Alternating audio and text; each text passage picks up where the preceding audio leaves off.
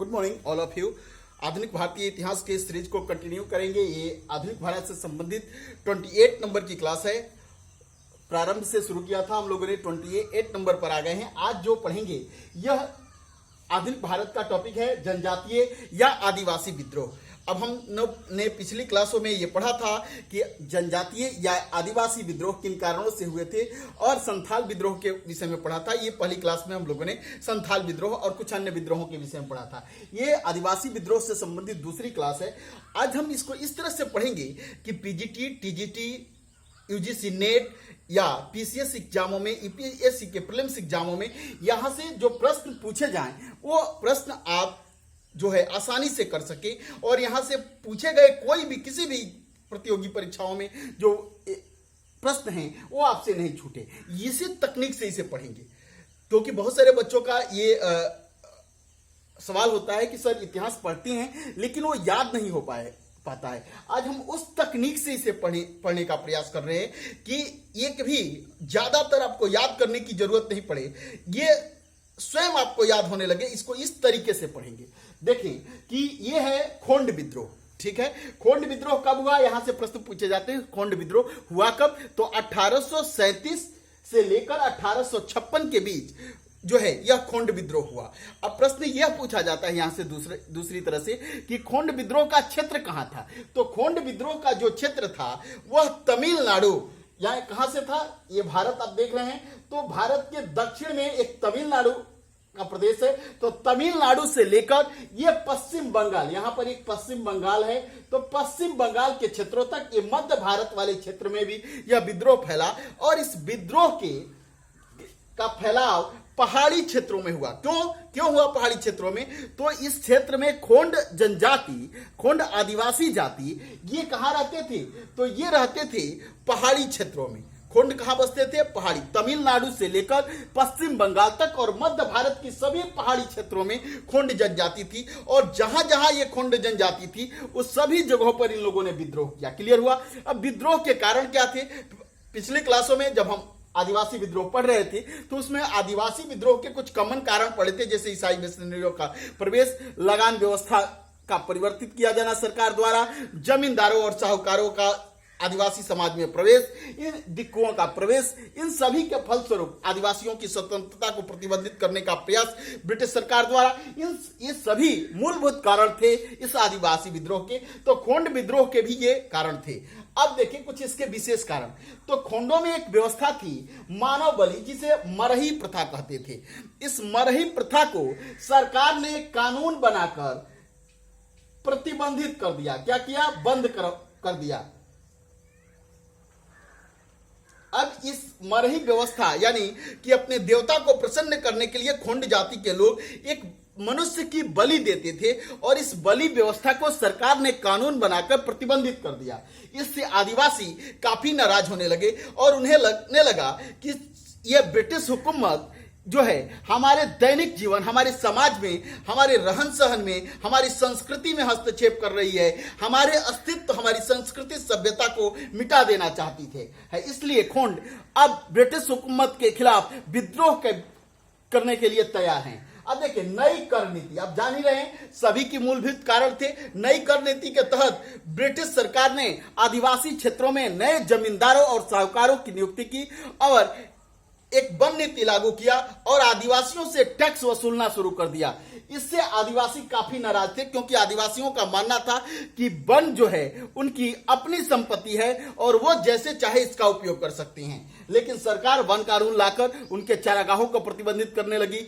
जो वन से प्राप्त जो है वस्तुएं थी उस पर सरकार अपना अधिकार जमाने लगी और उस पर सरकार टैक्स वसूल करने लगी आदिवासियों से। साहूकारों और जमींदारों का प्रवेश, ये सभी कारण थे ये खोंड विद्रोह के। अब प्रश्न ये पूछता है कि नेता कौन था, इसमें नेता कौन था। आप याद रखेंगे सभी आदिवासी विद्रोह का कारण क्या है, साहूकारों और जमींदारों का आदिवासी जो है समुदाय में प्रवेश और इनके द्वारा आदिवासियों से कर वसूल किया जाना। ठीक है, नई कर नीति, नई वन नीति, सरकार द्वारा लाई गई वन नीति, ये सभी जितने भी संथाल हो, मुंडा हो, खो हो विद्रोह हो, पाइक विद्रोह, जितने भी आदिवासी विद्रोह हैं सबके मूलभूत कारण थे। केवल अब इसमें यह प्रश्न पूछता है कि इसका नेता कौन? चक्र बिसोई। खोंड विद्रोह का नेता चक्र बिसोई। क्षेत्र कहां? तमिलनाडु से लेकर पश्चिम बंगाल तक के पहाड़ी क्षेत्रों में यह विद्रोह हुआ। चक्र बिसोई इसका नेता है। मुख्य कारण क्या? इस विद्रोह का जो है तत्कालिक कारण क्या? तो मानव बलि यानी मरही प्रथा पर प्रतिबंध। क्लियर हुआ? अब कुछ समय बाद चक्र बिसोई लुप्त हो गए। कुछ समय के बाद विद्रोह जब चलता रहा, उसी समय चक्र बिसोई जो है इस विद्रोह से अलग दूर हो गए, लुप्त सा हो गए, और इसी के साथ यह विद्रोह समाप्त हो गया। क्लियर हुआ? तो खोंड विद्रोह समझ लिए। अब समझेंगे भील विद्रोह। यहां से भी काफी एग्जामों में प्रश्न पूछे जाते हैं। पीसीएस एग्जामों में अक्सर बार बार यहां से प्रश्न पूछे जाते हैं। पीजीटी यूजीसी नेट के प्रीवियस ईयर के प्रश्न पूछे तो कई तरह से यहां से घुमाकर प्रश्न पूछे जाते हैं। अब देखिए भील विद्रोह यह कहां हुआ? तो पश्चिमी घाट में हुआ। पश्चिमी घाट, तो इस तट को पश्चिमी तट या भारत के इस तट को पश्चिमी तट के नाम से जानते हैं। याद ही होगा कि इस तट पे गुजरात है, उसके बाद से आप देखते हैं कर्नाटक, गुजरात, महाराष्ट्र, गोवा, कर्नाटक और केरल इस तट पे जैसे राज्य हैं। अब इसी तट पर यह विद्रोह हुआ है और इस तट के उत्तरी हिस्से में हुआ, यानी महाराष्ट्र वाले क्षेत्र में यह विद्रोह ज्यादातर हुआ। तो प्रश्न पूछता है कि भील विद्रोह कहां? तो पश्चिमी तट पर, यानी महाराष्ट्र वाले क्षेत्रों में। अब देखें पश्चिमी घाट में हुआ यह विद्रोह। नेतृत्व किसका है इसमें? सेवाराम का। कब हुआ? 1825 में। बस इतना याद रखेंगे। भील विद्रोह पश्चिमी तट पे हुआ है और यानी महाराष्ट्र वाले क्षेत्र में हुआ है, तटीय क्षेत्र में हुआ है, और इसका नेतृत्व किसने? सेवाराम। किसने? भील विद्रोह का नेतृत्व सेवाराम ने किया। कब हुआ? 1825 में। अब देखिए मुंडा विद्रोह। यह सभी आदिवासी विद्रोहों में हमने पढ़ा था कल की क्लासों में कि संथाल विद्रोह सबसे अधिक ताकतवर और महत्वपूर्ण है, लेकिन संथाल विद्रोह के बाद दूसरा ताकतवर विद्रोह है मुंडा विद्रोह। इस विद्रोह को उलगान विद्रोह भी कहते हैं। उलगान, ये याद रखें। ये कब हुआ? 1893 ईस्वी से लेकर 1900 तक यह विद्रोह रहा। अब यह क्षेत्र किस क्षेत्र में? तो झारखंड और बिहार के क्षेत्रों में, रांची और भागलपुर के बीच इस विद्रोह का क्षेत्र रहा। अब देखिए जगत पिता। अब देखिए इस विद्रोह का नेता कौन है? तो बिरसा मुंडा। कौन है? इस मुंडा विद्रोह का नेता कौन है? बिरसा मुंडा। बिरसा मुंडा को उलगुलान महान हलचल क्या कहते हैं? उलगुलान। उलगुलान। बिरसा को क्या कहते हैं? उलगुलान। यहां से प्रश्न काफी पूछे जाते हैं, याद रखेंगे। इसीलिए इस विद्रोह को क्या कहा गया? उलगुलान विद्रोह, क्योंकि इसके नेता बिरसा हैं। और उलगुलान का अर्थ होता है महान हलचल, एक बड़ी हलचल। अब देखिए बिरसा को जगत पिता, धरती आबा आदि उपाधियों से नवाजा गया है। धरती आबा या जगत पिता ये किसकी उपाधि है? तो ये बिरसा मुंडा की उपाधि है। 1895 में बिरसा ने अपने को भगवान का दूत घोषित किया। बिरसा ने कहा कि मैं कोई साधारण व्यक्ति नहीं, मैं भगवान का दूत हूं, और भगवान ने मुझे इस धरती पर इसीलिए भेजा है कि इस आदिवासी धरा को जो है दिक्कुओं से यानी गैर आदिवासियों से मुक्त करना है। क्लियर हुआ? देखिए इस विद्रोह के कारण क्या थे? तो खुटकट्टी या मुंडारी भूमि व्यवस्था को सरकार ने जमींदारी व्यवस्था में परिवर्तित कर दिया। अब ये खुटकट्टी या मुंडारी व्यवस्था क्या है? तो जैसे स्थानांतरित कृषि या झूम कृषि या चलवासी कृषि को ही झारखंड के क्षेत्रों में ये मुंडा आदिवासी खुटकट्टी या मुंडारी भूमि व्यवस्था कहते थे। इस खुटकट्टी व्यवस्था को प्रतिबंधित कर दिया सरकार ने। यह स्थानांतरित कृषि या झूम कृषि को प्रतिबंधित कर दिया और यहां पर जमींदारी व्यवस्था और साहूकारी व्यवस्था में परिवर्तित कर दिया भूमि व्यवस्था को। क्लियर हुआ? अब देखिए साहूकारी, पिछली क्लासों में हमने देखा कि किस तरह से कानून बनाकर सरकार ने इस क्षेत्रों में, आदिवासी क्षेत्रों में जमींदारों की नियुक्ति कर दी और इन जमींदारों को जो है अधिकार दे दिया कर वसूल करने का। और यह सामूहिक जो भूमि, आदिवासी अपनी भूमि को सामूहिक भूमि समझते थे, पूरे आदिवासी समाज की भूमि समझते थे, लेकिन सरकार ने इसे कानून बनाकर व्यक्तिगत स्वामित्व में इस भूमि को कर दिया जमींदार, और सामूहिक खेती पर प्रतिबंध लगा दिया और व्यक्तिगत स्वामित्व वाली भूमि की शुरुआत कर दी। इस आगे चलकर यह विद्रोह धार्मिक रूप हो गया। इसी व्यवस्था के कारण मुख्य कारण जो था इस मुंडा विद्रोह का, तो खुटकटी या मुंडारी भूमि व्यवस्था में सरकार ने जमींदारी व्यवस्था में परिवर्तित कर दिया। आप समझ गए खुटकटी या मुंडारी व्यवस्था क्या है, कोई दिक्कत नहीं।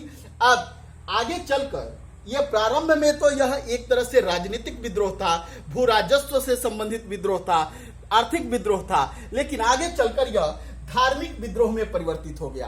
अब देखिए कि बिरसा मुंडा क्या कहते हैं। उस बिरसा ने कहा कि बोंगा का मतलब होता है अनेकेश्वरवाद, माने एक से अधिक ईश्वर की अवधारणा, यानी अनेकांतवाद। यानी बोंगा माने होता है अनेक देवताओं की पूजा।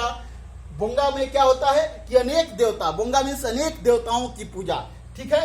अब इसने कहा बिरसा ने कि बोंगा पूजा पद्धति व्यवस्था को छोड़ो, अनेक देवताओं की पूजा को छोड़कर एक देवता सिंह बोंगा का मतलब क्या होता है, एकेश्वरवाद, एक ईश्वर की पूजा करो। बोंगा यानी बहुदेववाद प्रथा को छोड़कर आप एक ईश्वर को मानो, एक ईश्वर की पूजा करो। और 3 मार्च 1900 को चक्रधरपुर, कहां पे, चक्रधरपुर के जंगलों में जामकोपाई जंगल में, चक्रधरपुर के जामकोपाई जंगल से बिरसा को अंग्रेजों ने अरेस्ट कर लिया। 9 जून 1900 को मृत्यु हो गई बिरसा को रांची जेल में, और ये अतिसार रोग के फलस्वरूप इनकी मृत्यु हो गई थी। अब देखिए कुछ महत्वपूर्ण चीजें याद रखें कि ठक्कर बापा को किस लिए याद करना है कि सबसे पहले इन जंगल में रहने वाली जातियों को, लोगों को आदिवासी नाम किसने दिया था, तो ठक्कर बापा ने। प्रश्न पूछा जाता है कि जनजातियों को आदिवासी नाम किसने दिया था, तो ठक्कर बापा ने। क्लियर हुआ। अब देखिए रंपा विद्रोह, कुछ अन्य जो है आदिवासी विद्रोह एग्जाम की दृष्टि से काफी महत्वपूर्ण है। तो ये देखें रंपा विद्रोह, पूछता है कि रंपा विद्रोह कहां हुआ, तो आंध्र प्रदेश के क्षेत्र में हुआ। आंध्र प्रदेश कहां है, तो दक्षिण भारत वाले हिस्से में है। आंध्र प्रदेश में यह विद्रोह हुआ। इस विद्रोह का नेता कौन है, सीताराम राजू। रंपा विद्रोह का नेता सीताराम राजू हैं, और यह विद्रोह कहां हुआ है, आंध्र प्रदेश में। कुकी विद्रोह कहां हुआ है, तो कुकी विद्रोह हुआ है मणिपुर। याद रखेंगे कुकी विद्रोह कहां, मणिपुर कहां है, तो देखें ये पूर्वी भारत का क्षेत्र है और यहीं पे मणिपुर है। क्लियर। तो मणिपुर में एक कौन सा विद्रोह हुआ, कुकी विद्रोह। और देखें कोल विद्रोह, ये कोल विद्रोह कहां हुआ, झारखंड के कहां, छोटे नागपुर में ये कोल विद्रोह हुआ है। बिहार और झारखंड का एग्जाम देने जा रहे हैं, झारखंड पीसीएस दे रहे, तो ये बिल्कुल याद रखेंगे कोल विद्रोह कहां, तो झारखंड छोटे नागपुर के क्षेत्र में। इसका नेता कौन है, गोमधर कुंवर। कोल विद्रोह के नेता गोमधर कुंवर। अब देखिए खासी विद्रोह, ये भी काफी महत्वपूर्ण विद्रोह है। ये मेघालय असम वाले क्षेत्र में हुआ है, और खासी की पहाड़ियों पर, गारो, खासी और जयंतिया 3 पहाड़ियां हैं, आप जान भी रहे होंगे, ये क्रम से हैं, गारो, खासी और जयंती पहाड़ियां पूर्वी भारत में। और ये असम और मेघालय के क्षेत्रों में यह विद्रोह हुआ था। और इसके नेता कौन है, राजा वीर सिंह और तीरथ सिंह, 2 नेता हैं इसके। खासी विद्रोह के नेता हैं राजा वीर सिंह और तीरथ सिंह, और यह विद्रोह असम और मेघालय में हुआ। अहोम विद्रोह, यह विद्रोह कहां, असम, पूर्वी भारत, सुदूर पूर्वी भारत, असम, ये वाला क्षेत्र असम का है, असम में हुआ था। और इसके नेता कौन है, इसके भी नेता कौन है, गोमधर कुंवर। इसके बाद एक विद्रोह काफी महत्वपूर्ण है, और कई बार बिहार पीसीएस और यूपीएससी जैसे एग्जामों में भी यहां से प्रश्न पूछे गए। नागा विद्रोह, ये भी आदिवासियों का विद्रोह है, और ये कहां हुआ था, नागालैंड। याद है, नागालैंड यहीं पे है, पूर्वी भारत में। तो नागालैंड में नागा विद्रोह हुआ था, और इस विद्रोह के नेता हैं रंगमोई।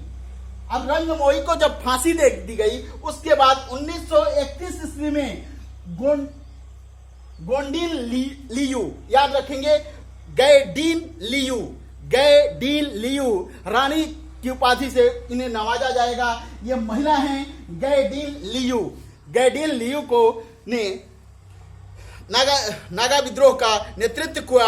और इसने जब सविनय अयोध्या आंदोलन गांधी जी चला रहे थे, तो पूरे आदिवासियों को संगठित करके सविनय अयोध्या अवज्ञा आंदोलन में सहयोग करने के लिए जो है प्रेरित किया।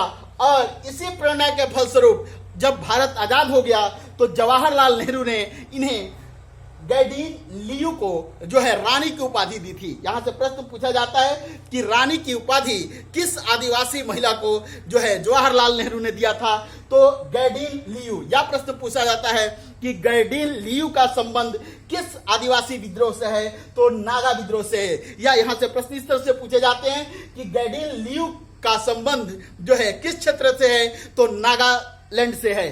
तो आज हम लोगों ने आदिवासी विद्रोह को पूरी तरह से क्लियर कर लिया। आदिवासी विद्रोह पे 2 क्लासें हमने पढ़ी और मेरा विश्वास है कि यदि आप इसे 1 से 2 बार देखेंगे और इसे बीच बीच में वीकली कंटिन्यू करते रहेंगे तो मेरा दावा है कि किसी भी एग्जाम में आने वाले प्रश्न आदिवासी विद्रोह से आपसे नहीं छूटेंगे। दैट्स ऑल, थैंक यू, धन्यवाद। अगली क्लास में हम पुनः मिलेंगे आधुनिक भारत की सीरीज के साथ। दैट्स ऑल, थैंक यू, धन्यवाद।